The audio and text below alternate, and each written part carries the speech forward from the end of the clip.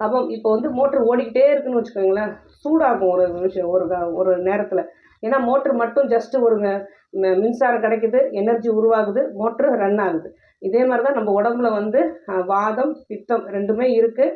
அது அப்படியே ஓடிட்டே இருக்கும்போது உடம்புக்கு இந்த ஃப்ரிக்ஷன் ரொம்ப தேவைப்படும். ஏன்னா உடம்பு இது மோட்ரு நம்ம உடம்பு மோட்டர்னு சொல்லியிருக்கோம் இல்லையா, அது ஓடிட்டே இருந்தால் நல்லா சூடாயிடும் இல்லையா. அது வந்து அப்பப்போ குளிர்ச்சி அடைஞ்சால் மட்டும்தான் அந்த மோட்ரு சீராக ஓடும். அதாவது உடம்பு வந்து சீராக இயங்கும்.